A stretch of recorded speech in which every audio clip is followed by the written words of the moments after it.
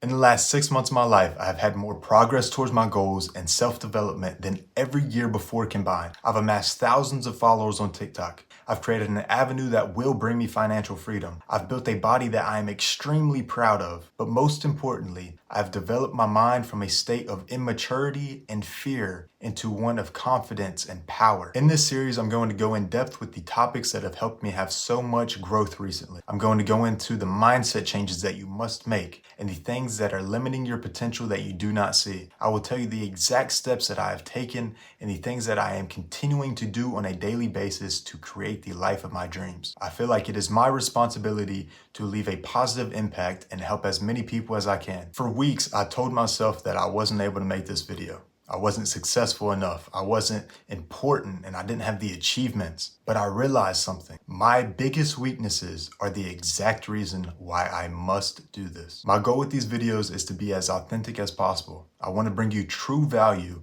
and not just keep you distracted. These are meant to help you change your life. So I hope that you have the discipline to sit down and pay attention to the words that I'm saying.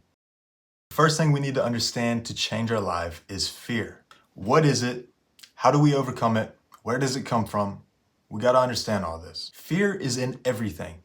It is the underlying reason in almost every decision you make, but you probably do not realize that. The way you walk, the way you talk, the way you breathe, the way you laugh, everything is affected by fear to some degree. We don't often pay attention to fear, but it silently controls our lives. And that's why it's so important for us to know what it is. In the book, The 7 Habits of Highly Effective People, the author talks about our paradigms being the lenses through which we see the world. We have been conditioned by society, by our family, by our friends, by our environment and the things we see on TV to believe a certain way, to look at things a certain way. So instead of seeing something for what it truly is, we would be seeing it through a distorted lens and viewing it for something completely different. There are many different lenses we could be looking through, but let's just talk about the ones that involve fear. The truth is, we have all been conditioned in one way or another.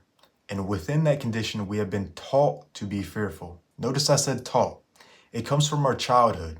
As children, our parents teach us to be scared of the world, be scared of the stovetop, be scared of deep water, be scared of talking to strangers, be scared of attempting risky things. And the truth is, most of it is for our purpose of protecting us. They love us and they don't want to see us get hurt. But what comes from that is all of this fear afterwards when we grow up that expresses itself through different outlets. So in order to change, we must first look inside of ourselves and notice the things we are allowing to limit us. Notice I said allowing. It is absolutely in our control to decide what we let control us and affect our decisions. When you got on the diving board the first time as a kid, you were probably scared. Like all the children before you, you got up there and you see the height, you see the deep water, and you feel all of that fear of uncertainty. Now in that moment, you are faced with two choices. Either you're going to jump in spite of the fear, or you're going to get down because of the fear. Maybe you were like me. You got down the first time, and then you're over there on the side watching everyone else jump off and have a good time, and you feel terrible. So you muster up the strength, and you get back on there, and you push through and jump. Then after you jump one time, you realize how amazing it is, you see that things are safe, and you get back up there and do it 20 more times. See, there's a paradox of fear. If you allow it to control you, you'll be on the sidelines watching everyone else have a great time and enjoying the rewards of playing. But if you push through it even just once, then you often find something amazing on the other side and you continue to push through it over and over again. There are many different types of fear. Fear of failure, fear of success, fear of commitment, fear of rejection, fear of uncertainty, fear of death, on and on and on. And with each of these fears come things like anxiety, overthinking, self-doubt, or paralysis, better known as procrastination. Now, I could go in depth about all of these and 20 more, but your time and mine is precious, so we won't spend hours doing that. Instead, let's just break down a few of the common ones we probably both deal with. The most common area where fear affects us is socially. We want to fit in, we want people to like us, and more importantly, we want them to accept us. We have been conditioned to want to fit in, to not do anything out of the ordinary that would make people look at us like we're weirdos. Because of that conditioning, we change the way that we act. Even though we might want to act a certain way, we don't because we are scared of what other people might think of us. Most of us make decisions, especially the major decisions in life, based upon how other people will view it. Your family and friends naturally hold the most value in your mind. You want them to like you, but more importantly, you want them to accept you. So you conform to limiting yourself and doing actions that you feel like they would be okay with you doing. They would find it familiar. They would find it acceptable. And we continue to do this, even if it's something that we don't want to do, because we don't want to lose their acceptance. So we limit ourselves to this invisible box so we don't have to disrupt the image that they have of us. I'm sure you've had an experience where you've wanted to do something but didn't do it because that's not like you, because you don't act like that. Our fears of how people may perceive us literally affect the way that we act. Sometimes we're so affected by the fear that we don't even realize it's there, part of our thinking. If you've been so conditioned to believe and behave a certain way, that becomes a reality to you. You dismiss the idea of any other possibility being out there. This can become very dangerous if you get to the point where you're viewing yourself through a distorted lens. Instead of seeing yourself as you really are, seeing all of the amazing potential that you truly have, you're holding yourself back because of a false story that you keep telling yourself. The stories of, I'm not good enough. The stories of, I could never do that, and that's only for those type of people, and I wasn't born into this family, so I couldn't do that. Those are all lies. They're all lies that we continue to tell ourselves because we have these wounds from childhood conditioning, and we have these fears that we are making excuses for. Let me give you an example. These blue light glasses, when I put them on, I notice that they're blurry. See, no matter what I do, there's just always a little bit of oil on it, so I can never get them completely clear like my eyes. And after I wear these for a few hours at night, I think that I'm seeing clearly. And it's only after I take them off that I truly realize how blurry my vision has actually been. So now imagine if you have a pair of glasses that you've been viewing yourself and your life through that are blurry. Imagine how much that changes the way you see things. And you won't even realize it because you've been wearing them for a lifetime. They were given to you as a kid and you have continued to wear them without even knowing that they're on. This is why self-analysis is so important. If we don't look within, if we don't analyze the reasons behind the way we act and think, then we're going to keep ourselves closed off in this box of limitations without ever getting out, without ever even realizing that we're in it. And then the years will go by and your life will have been wasted. There's a test you can do with ants. If you have a black marker, you can draw a line in front of it and its vision will make it believe that it's a great big wall that it can't get over. So it tries to find a way around. Then you can draw another line next to that one, and again, it'll try and find a way around. You keep drawing lines until you make a box around the ant. Now the ant believes that it is completely trapped. Now you can keep drawing lines within that box, making it smaller and smaller, and again, the ant will continue to think that it's trapped, only going to the small amount of surface area that it's already been before. But the moment you get too close to that ant and it takes one little step across it, it'll see that it's no longer a limitation. It's no longer scared of it. It can walk on all the other lines that you've made, and every new line that you create, it'll walk past as well. The same is true for human beings. We have all these lines and self-imposed boundaries that we've created out of fear. And sometimes the fears are legitimate. I have a fear of going in the deep ocean because I don't know if a shark will be there. That's a legitimate fear. But when I was a kid, I was scared of closing my eyes in the swimming pool because I didn't know if there would be a shark there to attack me. That's not a legitimate fear. And you know, it sounds silly, but how many of us actually have these illegitimate fears controlling our lives? And sometimes the things that we think are our greatest obstacles and reasons why we cannot are actually the exact reasons why we must do it. Like I said in the beginning of this, I felt like I wasn't able to make this video because I wasn't worthy. I hadn't achieved enough in my life. I wasn't as experienced and complete as a man. I let that thought hold me back. I let those feelings and the fears that come along with them hold me back. The story that I keep telling myself that I can't do this because I haven't achieved enough. I can't do this because I'm not complete. Those are the exact stories and the exact reason why I must do this. Because how awesome will it be for some young guy out there who's struggling in life to come across this video and see me putting out my experience, see me talking about the things that I've researched and figured out about life, and be able to help them. What I thought were my biggest weaknesses and the exact reasons why I cannot are actually the reasons why I must do it. And you may be doing the same thing in your life. You may have these things that you've been telling yourself, oh, I can't do this because I went through that. I can't do this because of this. Those may be the exact reasons why you must. Imagine that story. I accomplished this even though I went through this situation. I accomplished that even though I had this holding me back. I challenge you right now to just sit and think if you are able to shift that perspective. See, the way that we perceive the world literally changes the results that we get. So it's extremely important for us to pay attention to what's going on in our head. It's extremely important to look at the lenses through which we are seeing the world and see if we're able to shift our perspective on how we're viewing things. I'll explain a few methods on overcoming fear in a minute. But first, let's get into the fear of failure. Fear of failure is everywhere, but almost no one understands it properly. I believe the place where fear of failure gets developed is during school. In school, if we make mistakes, we get punished for them. We get bad grades and our parents get mad at us. So then we start to develop this habit of just doing what the teacher says, memorize the information right before the test, and just do what we have to get by. The issue is we carry that over into our adult lives. We never had the opportunity to explore. We never had the opportunity to try something new and see if we liked it, because if we ever messed up just once, everyone ridiculed us. During our childhood, society teaches us that people who fail, people who make mistakes, you shouldn't be around them. They're not good people. The unfortunate part is most people still believe that today. They grow up and they go through that mindset their whole life and they laugh at the people who try and fail. But they don't understand and they never learn that failure is amazing. There's so many amazing qualities on the other side of failure. Learning, understanding, wisdom, perseverance, discipline, grit.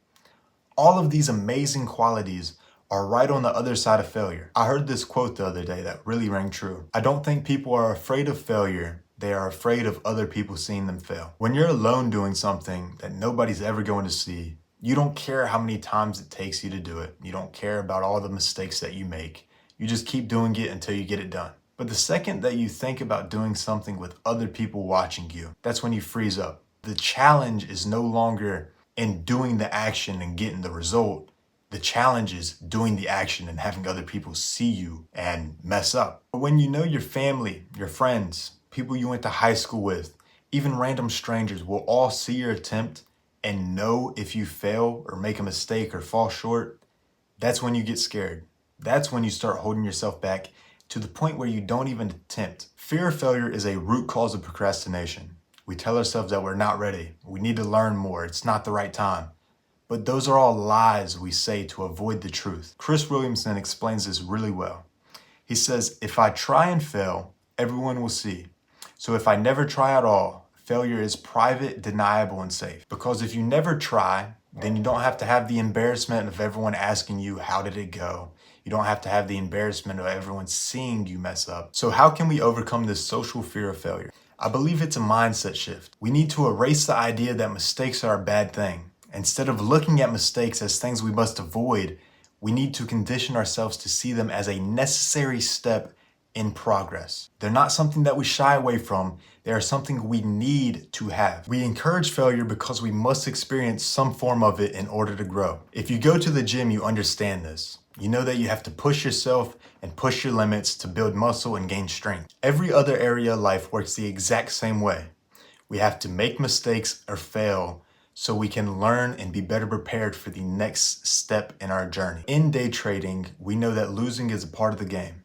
Every time I lose, I look back at it and I see what mistakes I made. I see what I did wrong so I can learn from it and be better prepared for the next situation that happens that's similar. But here's the interesting part. Even if I do everything right, I will still lose sometimes. That's not a reflection on me.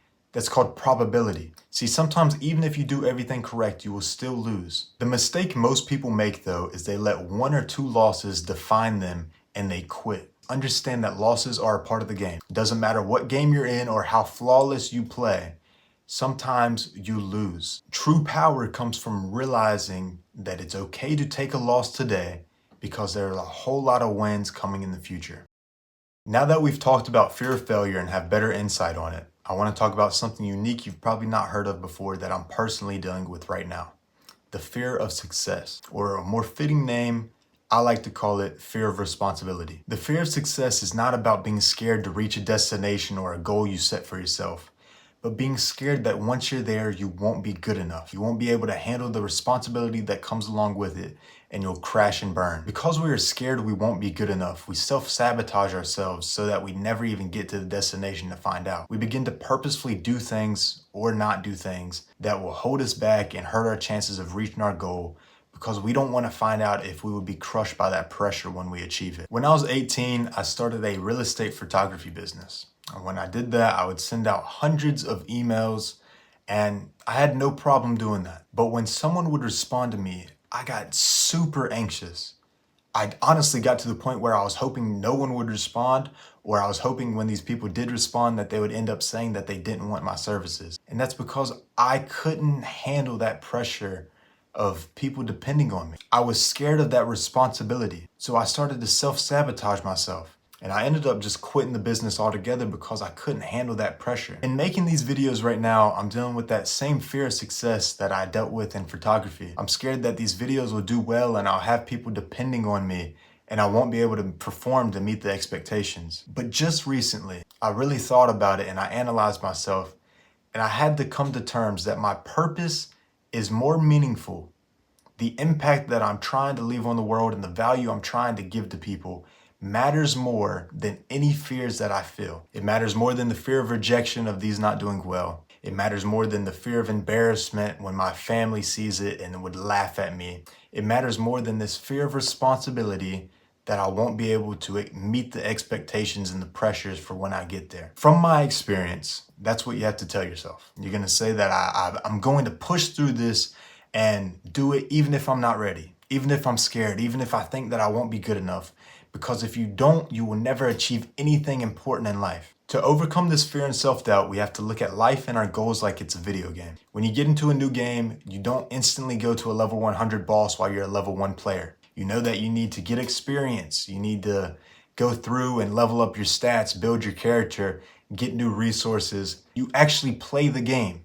Real life is exactly like this. We set out these massive level 100 goals while we're still a level 1 player, but instead of progressing through the game and leveling ourselves up, we fixate on the scary boss that's at the end and we think, oh, there's no way I could ever beat that, so let me just not even try. Here's the reality of the universe we need to understand. We will never face a challenge we are not capable of handling. This goes two ways. First, you are capable of going through anything that life throws at you. And second, if you refuse to level up, you will never have the harder battles and the rewards that come from them. On your journey to success, you develop new skills, you gain knowledge and you build strength, and you gain these resources to help you along the way. And once you reach that destination, you won't be overwhelmed anymore. All that pressure that comes with it, you'll be ready for it because you're no longer a level 1 player. By now you have all the experience and you're on par with the battle that you are facing. You'll never arrive at a destination you're not prepared for. I know we all have these moments where we feel like we're not good enough and there's no way we could ever get through this difficulty. And we let our minds get filled with all these thoughts of self-doubt and why we are a loser and an imposter and there's no way that we're even supposed to be here. But from my experience, the only way we are able to overcome this fear and self-doubt is by realizing these challenges are the catalyst that we need to progress. You cannot get into the next stage of your journey without beating this level. And this battle is a part of this level. Instead of viewing ourselves as unprepared for the battle we're facing, we need to realize that this is the difficulty we have to overcome to be able to face the new one. If we only do things in our comfort zone, we will never grow. So you're probably asking, Isaac, what am I supposed to do right now? You taught me about fear, you told me how to overcome it, but what can I do right now in this moment? I want you to just do one thing tonight.